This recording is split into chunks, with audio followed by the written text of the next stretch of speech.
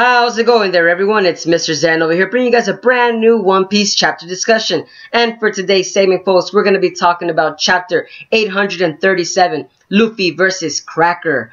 Now, guys, holy snap, I was purely excited when I was reading this chapter, guys. I was anticipating from the previous chapter where we left off at a standstill where Luffy was literally going to go all out against Commander Cracker. And Guys, holy snap, this chapter does not disappoint you whatsoever, guys. And in this chapter, we actually get to notice and we are informed more of the supernovas themselves, guys. In this chapter, thanks to Broly explaining to Nami as to other supernovas have traveled inside Big Mom's territory and how they actually would say how they were handled in Big Mom's case. And now, guys, I personally am thinking that the fact that if Big Mom really is the top tier strong one, why is she not taking down any of the freaking supernovas themselves? That's what I'm kind of curious, guys, because that's what this chapter kind of left us off with that in mind, guys. Because of the fact that, remember, all the other supernovas are still alive, you know, and you're here still wondering, why are the other supernovas still alive? So that kind of begs the question down to this answer is, will Luffy really make it out alive? And what is Big Mom's actual goal? Because of the fact that in this chapter, we see Luffy versus Cracker. And Cracker, of course, don't get me wrong, Luffy won the fight whatsoever, guys. You know, at first, Oda was literally giving off that, that action and full of suspenseful moments in the chapter itself, giving us the feeling that, oh snap, Cracker is actually a very strong opponent, that he shouldn't really be looked down upon him. But Luffy was having a hard time fighting this character. But then, at the end of the moment, when Cracker's dialogue was starting to become a little harsh towards Luffy himself, because of the fact that Cracker himself was stating towards Luffy what Sanji was saying, or I would say in his own words, to Luffy, as to, they're basically calling Luffy's crewmates peasants. And then Big Mom's pirate crew kind of sees themselves as, very a royal family that, basically they're on top of the world and they're basically one of a kind, etc., etc. And you're here wondering, wow, Big Mom really is trying to actually, I wouldn't say Big Mom, but her pirate crew, they're so boisterous in the fact that they're actually, keeping themselves on the high throne, when in fact, they really are strong. Don't get me wrong. It's just that fact that, they shouldn't really be acting like that in terms of the supernovas themselves, guys. I mean, the supernovas, guys, I mean, come on. We're part of the worst generation themselves. There's a reason why they're actually the supernovas and why the world government is actually placing them as the supernovas too. So you can't really let down your guard. And I feel like in this chapter, Cracker, he didn't let down his guard, guys. No, he was fighting full force. Full frontal force, guys, and that's what I was personally excited about. And in this chapter, the minute that Luffy got pissed off, right then and then, he released his Gear 4, and that's where the chapter ends off, right there. Gear 4, King Kong gun punches freaking Cracker in the face. Boom! Cracker's out cold, guys, on the floor in the next panel. And you're going to be wondering as to what the heck, Luffy. That's how strong you become, that you're able to at least take down one of the Yonko's top tier commanders.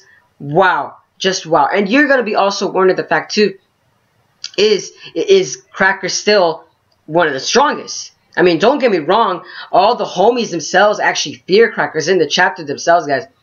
When the homies were actually running away from the fight because of the fact that, these two characters were going literally all out from the minute. And by the way, this fight was very quickly paced throughout the whole entire chapter. It kind of took the majority of the chapter itself by the fight. But nonetheless, guys, you're going to be wondering that the homies, they're only afraid of Big Mom's crew members. But that goes along to say as, what the heck, is Cracker really that strong?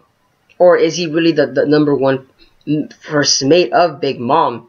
I mean, why else would the homies be afraid of Cracker himself? But yet the minute that Luffy took him down, it just goes to show that the homies are, I'm wondering what the homies are going to be doing now. Will they actually be afraid of Luffy himself in the next chapter itself? Or will the homies continue to try to fight off against Luffy? If not, I'm kind of curious as to what really is going to happen. And like I said, guys, back in a couple seconds ago or a minute or so ago, I don't want to digress. I know this chapter was just way too exciting, guys. Way too freaking exciting.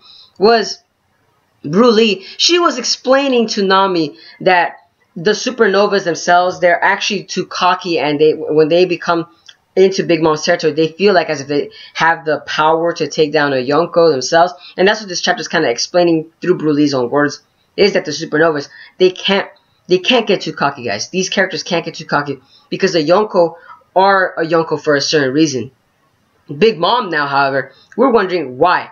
Why is she a big, powerful Yonko and stuff? As to see that her prior crew members, they're especially strong, but I see that majority of these characters aren't really battle oriented. You could kind of say only Cracker seems to be the only battle oriented. I mean, Broly seems more like the type as like a infiltration and seizing. Like I feel like she's kind of like a poacher. That's the way I kind of see her. Not really a battle oriented person. And by the way, Broly was extremely taken down today by Nami herself. But guys, by Nami. Holy snap, guys. Holy snap. Nami actually took down freaking Broly in this chapter, and we're finally going to get to see Nami in action, guys. That just goes to show that this arc itself is actually going to showcase more of Nami and Lola's interference too. I'm wondering, where is Lola, guys? Where is effing Lola? Because of the fact that Pound, if I remember correctly, I believe his name was Pound, he actually punched Brûlé, and Brûlé was actually shocked in this chapter. So it goes too long to say that these kids, Big Mom's kids, they're actually still, they kind of treat Pound as a father. So it goes too long to say that it's Big Mom who really deserted Pound, not necessarily the kids themselves, but because the kids are only following their mother's orders, it only goes to show that they're really more afraid is Big Mom herself. But you could tell that these characters are still, I would say they have at least a little bit more affectionate feelings towards Pound himself. And by the way, Pound is going to be a very important character from this ongoing chapter itself, because of the fact that Broly even stated that you're now going to feel the wrath of Big Mom's fury, because now that this action that you just did justifies that you are defying her. And I'm personally then thinking, wow, Pound. I'm wondering as to what Pound is going to do in the later chapters too, guys. What is Pound going to do? What is his main goal? Oh, besides seeing Lola, I mean, come on, there's got to be a little bit more as to say what really is Pound's other alternations, because of the fact that Pound himself, guys, he seems as the type that wants to see his daughter. But why? Why does he only want to see his daughter? Does he want to take Lola away?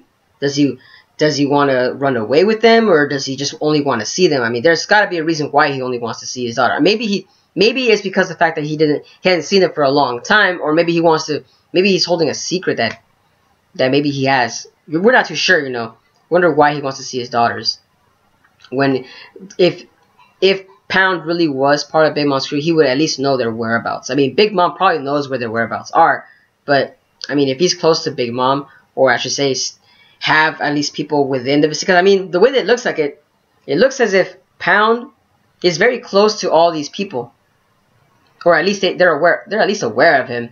At least one of them could tell him, like, oh yeah, you know, the daughter is this place, and it goes to show that maybe what did Pound do in order for Big Mom to actually, you know, stray him away from the family too, guys. You know, it raises a lot of questions as to what Pound's character has been doing behind the scenes. That just goes along to say that. That's what I'm kind of curious right now too. And also, Rogue, Bege, Capone, and Kid. Yeah, Kid, Rogue, Bege. That's about it, yeah. These characters, they actually were in Big Mom's territory. Only Bege was the only one that actually joined Big Mom's crew. So, how did the other crew members, did the other supernovas actually survive? That's another reason why we should be looking at. I mean, in this chapter they explained Rogue actually took down one of the big top 10 commanders. That was actually pretty interesting to see that Rogue actually is a very strong supernova. And it goes to show that why Rogue was in bandages when we saw him at the Sky Island way back in, I believe in the Zou arc, when they kind of introduced Rogue again in the new world again. It goes to show why he's hurt and why he's healing himself. And it just goes to show us also too that, whoa, I wonder what commander Rogue took down. I wonder if that commander is even still alive too.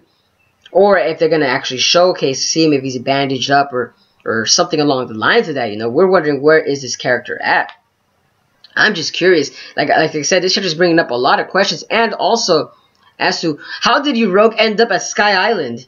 How did he end up there? Did Big Mom like say, "Oh, you know what? We're gonna banish you up there"? Does she have like somebody that could transport these characters somewhere, or did Rogue, after he defeated one of the commanders and he just basically, I would say, flee? Did Rogue do that? You know, it just begs a lot of questions in this chapter as to what's really going on, guys. You know, I'm kind of curious. You know, viewers are gonna be intrigued as to why this freaking chapter is very, very important, guys. And also, many of these chapters are very important. A lot, slowly but surely, Oda is slowly teasing us as to and giving us small bits of information each chapter on Big Mom's crew members, and I'm personally loving that. I am loving that, guys. But let me know down in the comment section below what you guys thought about the chapter, guys. I personally was excited for this chapter. Gear 4 demolished freaking Cracker in a second.